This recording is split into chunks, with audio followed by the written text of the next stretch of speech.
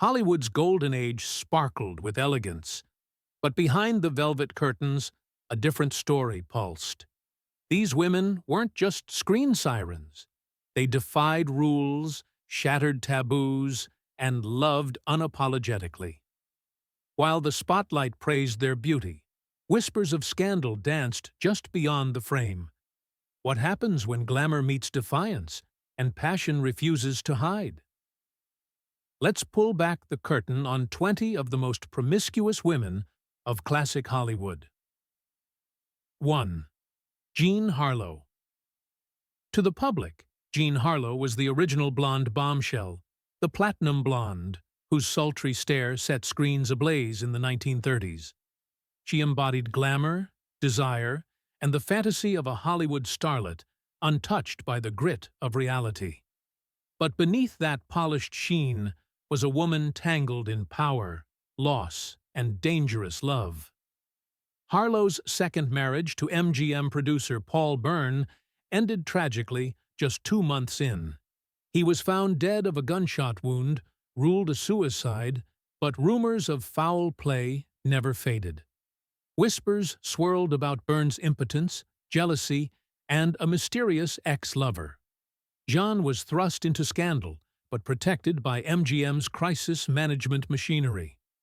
Studio head Louis B. Mayer allegedly covered up potential details to shield his star asset. Not long after, Harlo took up with married boxer Max Baer, igniting tabloid wildfire. To douse the flames, MGM orchestrated a hasty marriage to cinematographer Harold Rawson. It lasted less than a year. Meanwhile, her affair with mobster Abner Zwillman turned more transactional. He reportedly used his underworld ties to push her career forward. Biographer David Sten paints Harlo as both manipulated and manipulating, a luminous figure trapped in a system that demanded perfection while thriving on scandal. She embraced desire, but was often punished for it. Harlo died at just 26 from kidney failure. But in her short life, she burned hotter than most, loved boldly, and left behind a legend etched in starlight and shadows. 2. Elizabeth Taylor. With violet eyes and a diamond collection that rivaled royalty, Elizabeth Taylor wasn't just a star. She was cinema's empress of desire. She was the woman everyone wanted, and the one every woman feared would take their man. Yet, her beauty was only the beginning of her myth. Elizabeth married 8 times to 7 men, each romance grander and more public than the last. But the most explosive began in 1959, when she seduced her best friend's husband. Debbie Reynolds was America's sweetheart, and Eddie Fisher, her husband, was Taylor's shoulder to cry on after the tragic death of her third husband, Mike Todd. What started as grief turned into passion. When Fisher divorced Reynolds and married Elizabeth, the public recoiled. She was branded a homewrecker. The Vatican condemned her. Yet Taylor remained unbothered, later declaring, "I was always a very passionate woman." That passion burned brightest with Richard Burton, her co-star in Cleopatra. Their off-screen affair eclipsed the movie itself, leading to 2 marriages, 2 divorces, and a love so volcanic it scorched everything in its path. Biographer Kitty Kelly documented how their arguments were as legendary as their reconciliations, fueled by jealousy, addiction, and mutual obsession. Despite the condemnations, Taylor wore her promiscuity like a crown.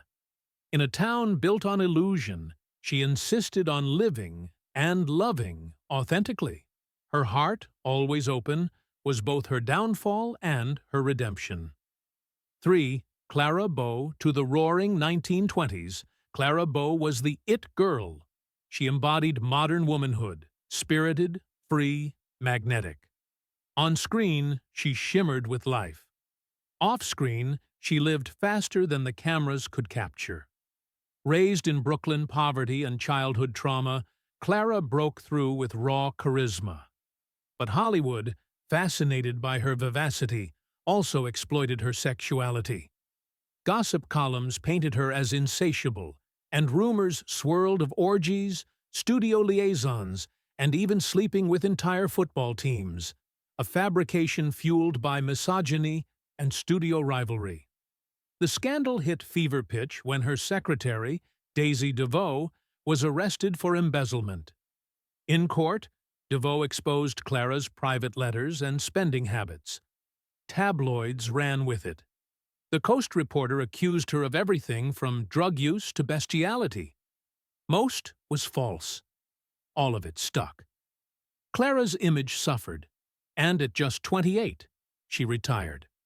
Biographer David Sten revealed that mental illness, likely bipolar disorder, and the pressure of fame had pushed her to the brink. But Clara never apologized.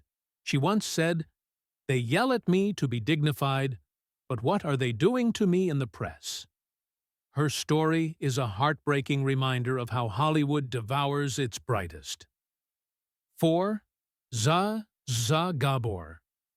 With her glittering accent, outrageous wit, and fur-lined entrances, Zsa Zsa Gabor didn't just marry Hollywood. She married it 9 times. The Hungarian socialite-turned-star lived as though love were a game, and she played by her own rules. Her first husband? Conrad Hilton, the hotel magnate. Her final one? A self-declared prince. Between them, actors, lawyers, millionaires. Zsa Zsa loved money, but she loved scandal more. In her own words, "I am a marvelous housekeeper. Every time I leave a man, I keep his house." She seduced Hollywood with charm and eccentricity, but her most notorious moment came in 1989, when she slapped a Beverly Hills police officer. The incident landed her in jail and back on every tabloid cover, a throwback to her heyday, when gossip columns could barely keep up. Biographers like Sam Staggs noted her endless flirtations and unapologetic pursuit of status. Yet behind the feather boas and diamonds, there was strategy. She knew how to stay relevant in a town that discarded women after 30. Her flirtations were currency. Zsa Zsa wasn't promiscuous by accident. She was promiscuous with purpose.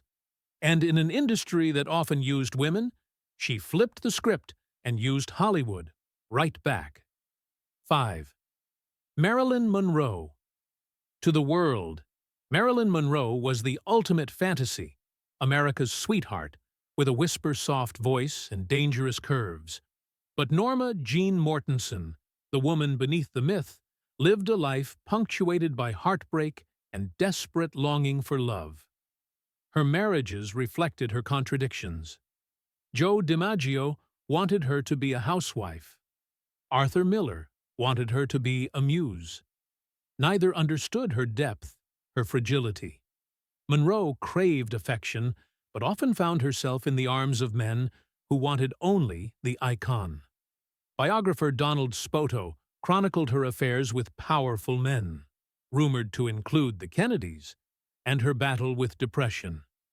Studio records reveal a woman plagued by insecurity, often late to set, numbed by pills and fear. Yet when the cameras rolled, she delivered magic. She once said, "If you're going to be two-faced, at least make one of them pretty." Monroe's face was more than pretty. It was the mask she wore to survive. Behind the sultry poses was a girl who had been passed between foster homes, abused, discarded. Her sexuality was a shield and a trap, and though she died at 36, her legend only grew, proof that vulnerability and seduction could exist in the same breath. Certainly, here is part 2 of the script for 20 Golden Age Promiscuous Women of Classic Hollywood. 6. Mae West, she didn't just flirt with scandal. She dragged it center stage in a silk gown and winked at the audience. Mae West was Hollywood's original provocateur, a vaudeville queen turned screen goddess who turned innuendo into high art. Her catchphrases, "Why don't you come up and see me sometime?" weren't just scripted lines. They were declarations of ownership over her own body, her voice, and her fame. West was born in Brooklyn in 1893 and cut her teeth, writing and performing plays that tackled taboo subjects head-on: prostitution, drag culture, and homosexuality. In 1927, she was arrested for obscenity after her play Sex shocked New York audiences. Sentenced to 10 days in jail, she served 8, and reportedly charmed the warden. Hollywood took notice, and by the 1930s, she was one of Paramount's biggest stars. But her real power came off-screen. Biographer Simon Luvish notes that West insisted on writing her own dialogue and chose her own male co-stars, often surrounding herself with handsome men as arm candy and romantic fodder. She never married, never settled, and never apologized. Despite censorship from the Hays Code and studio pressure, she kept pushing boundaries. When critics attacked her for being too suggestive, West replied, "I believe in censorship. I made a fortune out of it." Mae West's promiscuity wasn't recklessness, it was revolution. She dared to live out loud in a world designed to silence women, and she did it with rhinestones, wit, and full control of the spotlight. 7. Lana Turner. Lana Turner was Hollywood's porcelain doll. Flawless skin, glossy hair, and the kind of smile that sold 1,000 movie tickets. But beneath the image was a woman whose real life read more like a noir script than any of her films. Turner's love life was a carousel of drama. She married 7 times and was linked to countless lovers. But the most infamous chapter came with Johnny Stompanato, a mob-affiliated bodyguard and one of Mickey Cohen's enforcers. Their relationship was toxic, defined by violence, possessiveness, and fear. In 1958, that fear exploded into tragedy. During one of their frequent arguments, Stompanato allegedly threatened to kill Turner.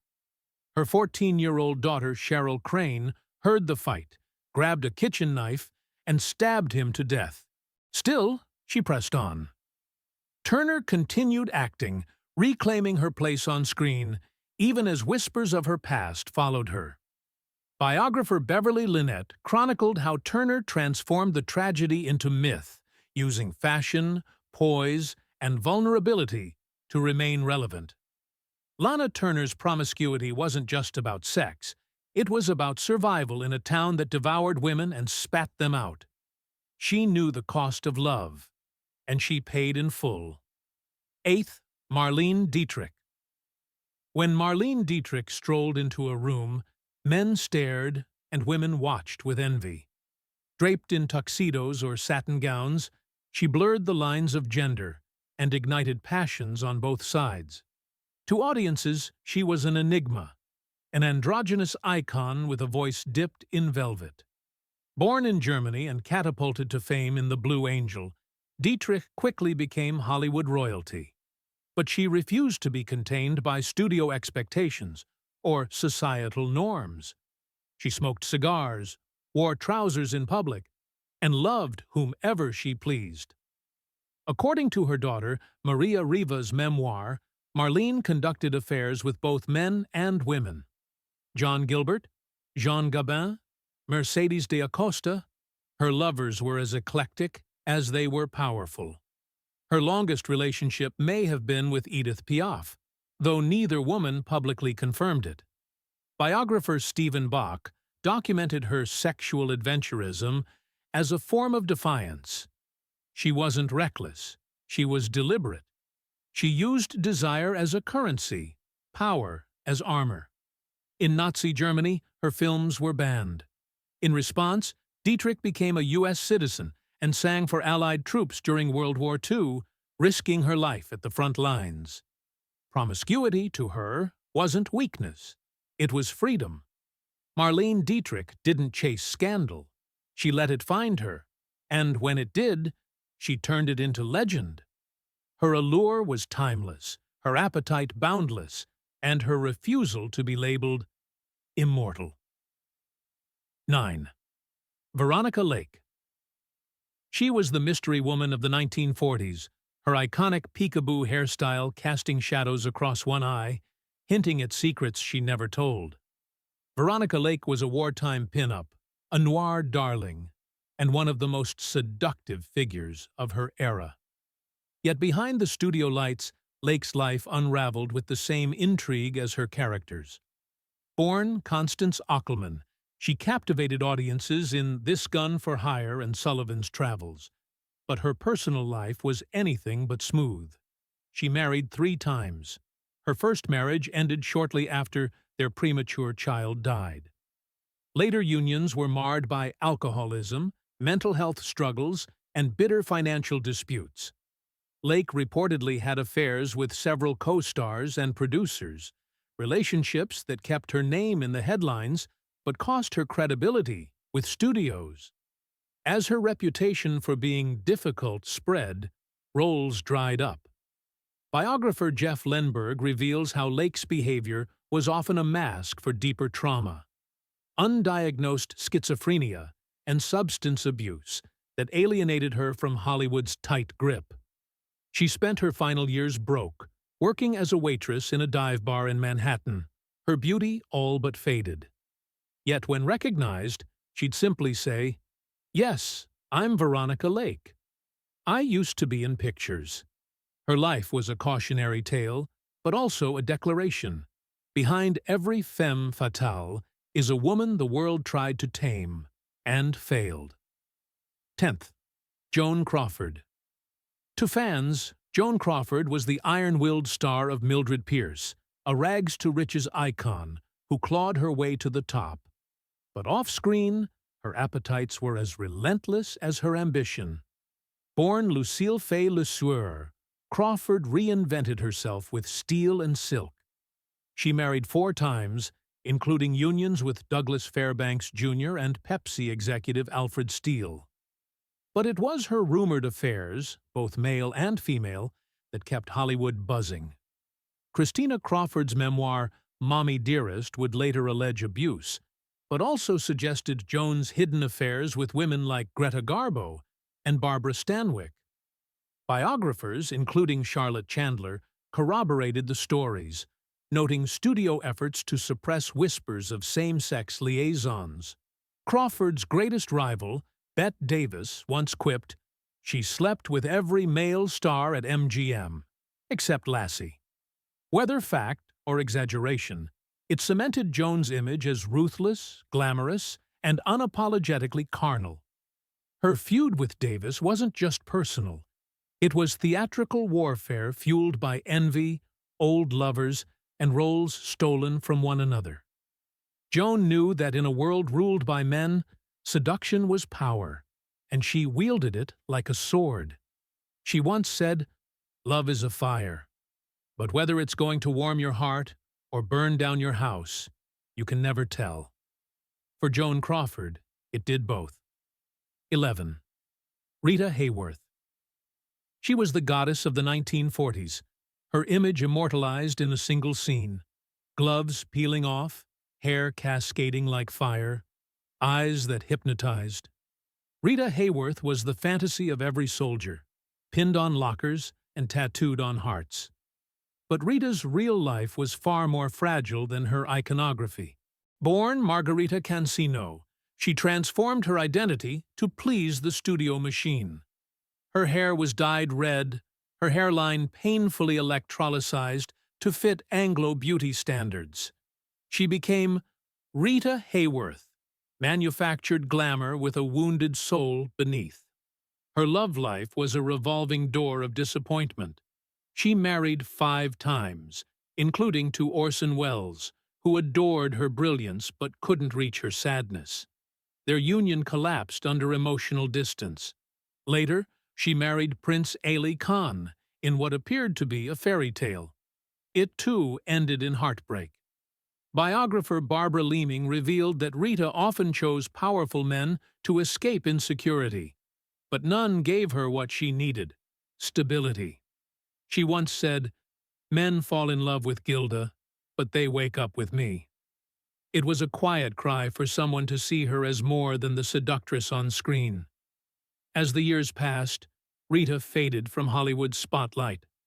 Her final chapters were marked by Alzheimer's, a slow forgetting of the world, and eventually herself. Yet her legacy remains untouchable. She lived through the lens of desire, yes, but also as a woman seeking love in a world that only wanted her image. 12. Bette Davis. With eyes like daggers and a voice sharp enough to cut glass, Bette Davis wasn't just a leading lady. She was a force. Her screen presence burned with raw emotion, but her personal life was a storm of passion, rebellion, and unrelenting fire. Davis was married 4 times, but her lovers were rumored to be far more numerous. Biographers such as Charlotte Chandler and Ed Seekov have detailed her affair with Howard Hughes, which she herself acknowledged in later years. But it wasn't just men who drew her attention. Rumors swirled of entanglements with female studio staff and actresses, whispers that Davis neither confirmed nor denied. Her first husband cited infidelity in their divorce, blaming her emotional affair with Hughes. Her third marriage to artist William Grant Sherry was marred by violent arguments and emotional abuse, detailed later by their daughter in a memoir that painted Davis as complicated and volatile. She famously feuded with Joan Crawford, not just over screen roles, but over shared lovers. Their animosity was legendary, fueled by years of competition and personal vendettas. Yet it was Davis who walked away with the Oscar for Whatever Happened to Baby Jane, even as Crawford plotted behind the scenes. To Bette Davis, love was a battlefield, and she never entered lightly.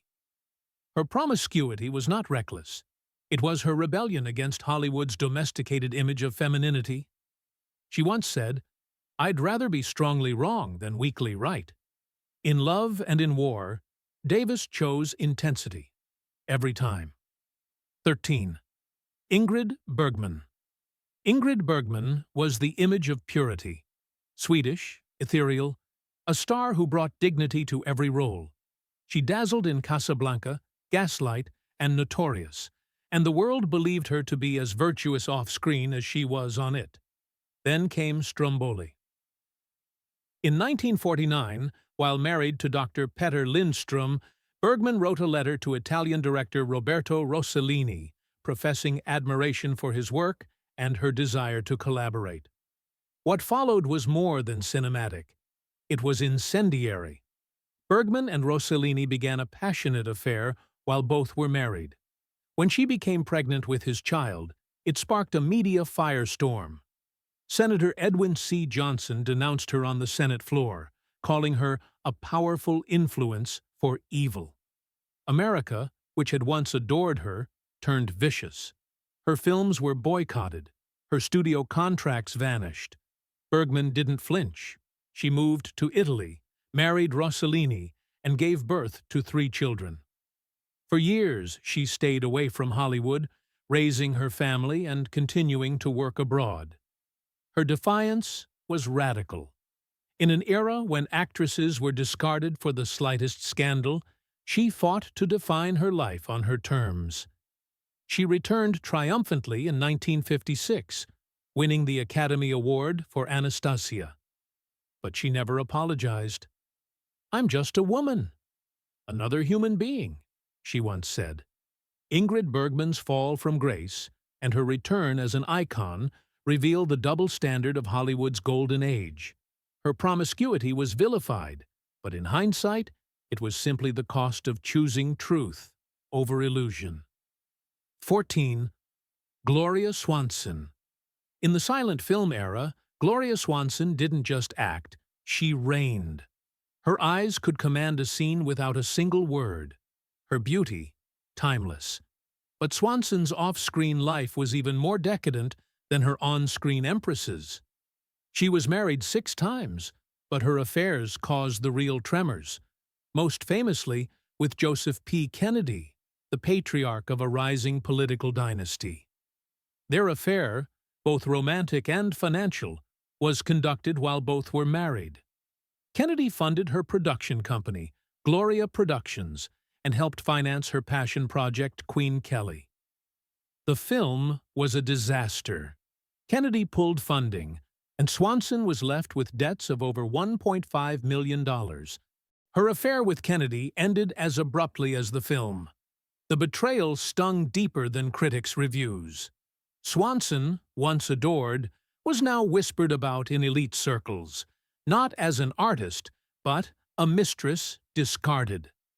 Biographer Stephen Michael Shearer chronicled how Swanson used her lovers as collaborators, and how many used her in return.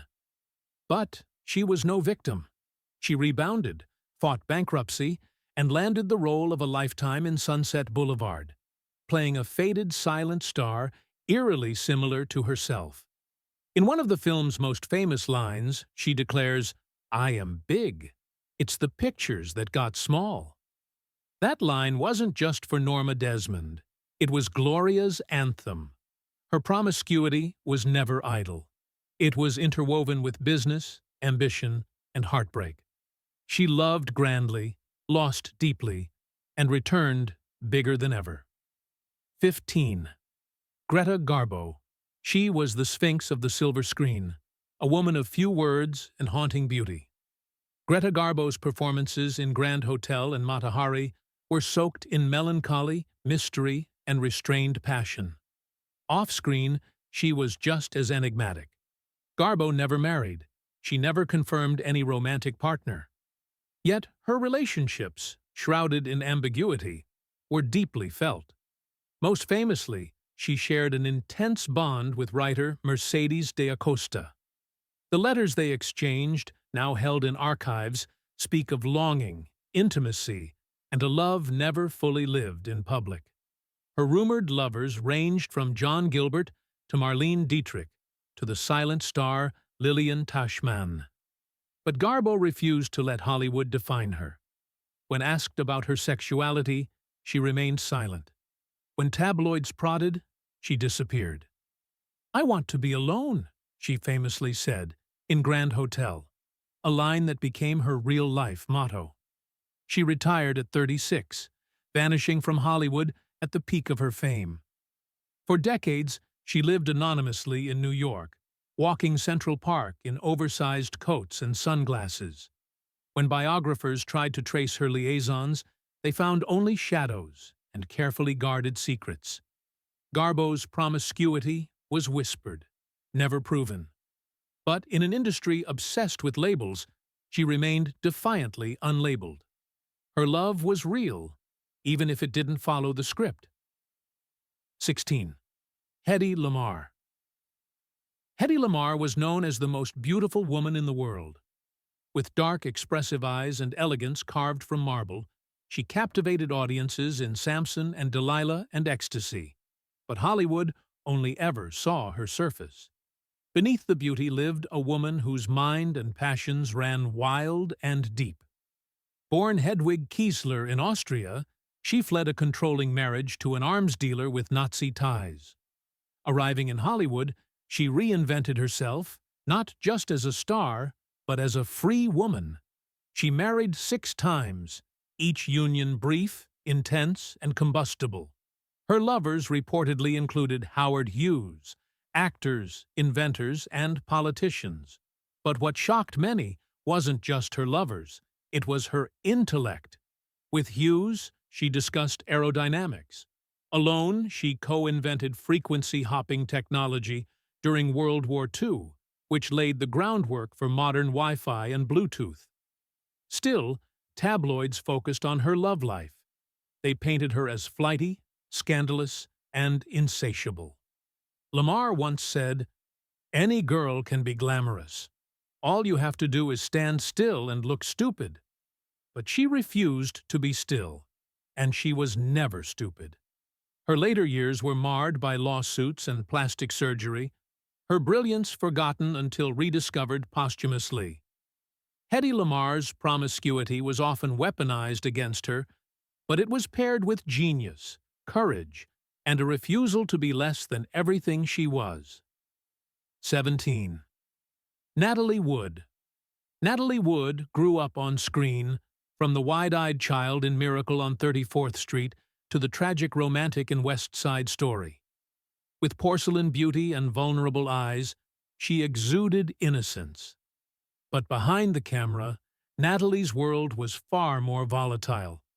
She was married twice to actor Robert Wagner, first in 1957, divorced in 1962, and remarried in 1972.